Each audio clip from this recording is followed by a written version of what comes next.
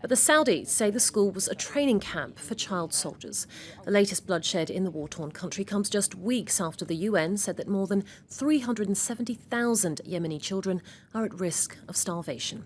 Well, for more on this story, let's bring in Julien Harneis, UNICEF Representative in Yemen. Julien, thank you very much for joining us here on France 24.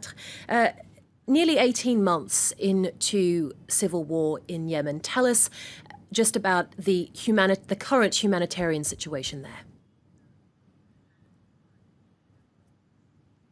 Well, in the last 10 days since the end of the peace talks in Kuwait, we've seen a huge increase in violence and fighting all the way across the country. And children are dying, being killed in this war all over the country. From the north in Yemen, we've seen children killed in the airstrikes, and the same in Sanaa. In Taiz, in the center, in the street fighting, children are getting caught up in landmines and street fighting. And then more broadly, the country's being increasingly cut off from the rest of the world. The banking system is being separated for the global economic system, which means that you can't get money in the country. You can't transfer money to pay for health services. The bridges into Sanaa have been blown up in the last days. And today, the civilian flights are banned coming in and out of Yemen, which means that people who need urgent medical attention in other capitals around the region, they just can't get out.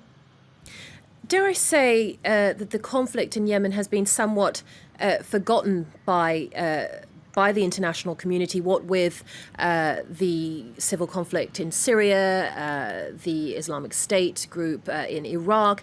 What more needs to be done by the international community? Well, the international community needs to pay much greater attention to resolving the conflict in Yemen. Yemen doesn't make the headlines in part because it is so isolated. You can't get in and out of Yemen. You know, the land borders are closed, the sea borders are dangerous. As I said earlier, the air, there's no flights in or out, and so there's no attention to this country, and yet you have 28 million people locked up in this country, suffering from a war which is not of their desire. And there is not enough attention to resolve the conflict, and not enough support to humanitarian actors to deal with the issues and the malnutrition and the collapse of the health service and many other challenges. As you said earlier, violence has escalated in the last sort of 10 days or so. We heard reports of pro-government forces killing around 40 suspected al-Qaeda militants just yesterday in eastern Yemen. What's the humanitarian situation in al-Qaeda strongholds? Well, in the south and eastern parts of the country, it's very difficult for humanitarian actors to operate because of the insecurity. The population is much more dispersed, which also adds to the difficulty. Now, UNICEF and other actors, we provide assistance across the country, but we know, for example, in places like Abyan and Shabwa, the health service is just starting to fail in many of these governorates.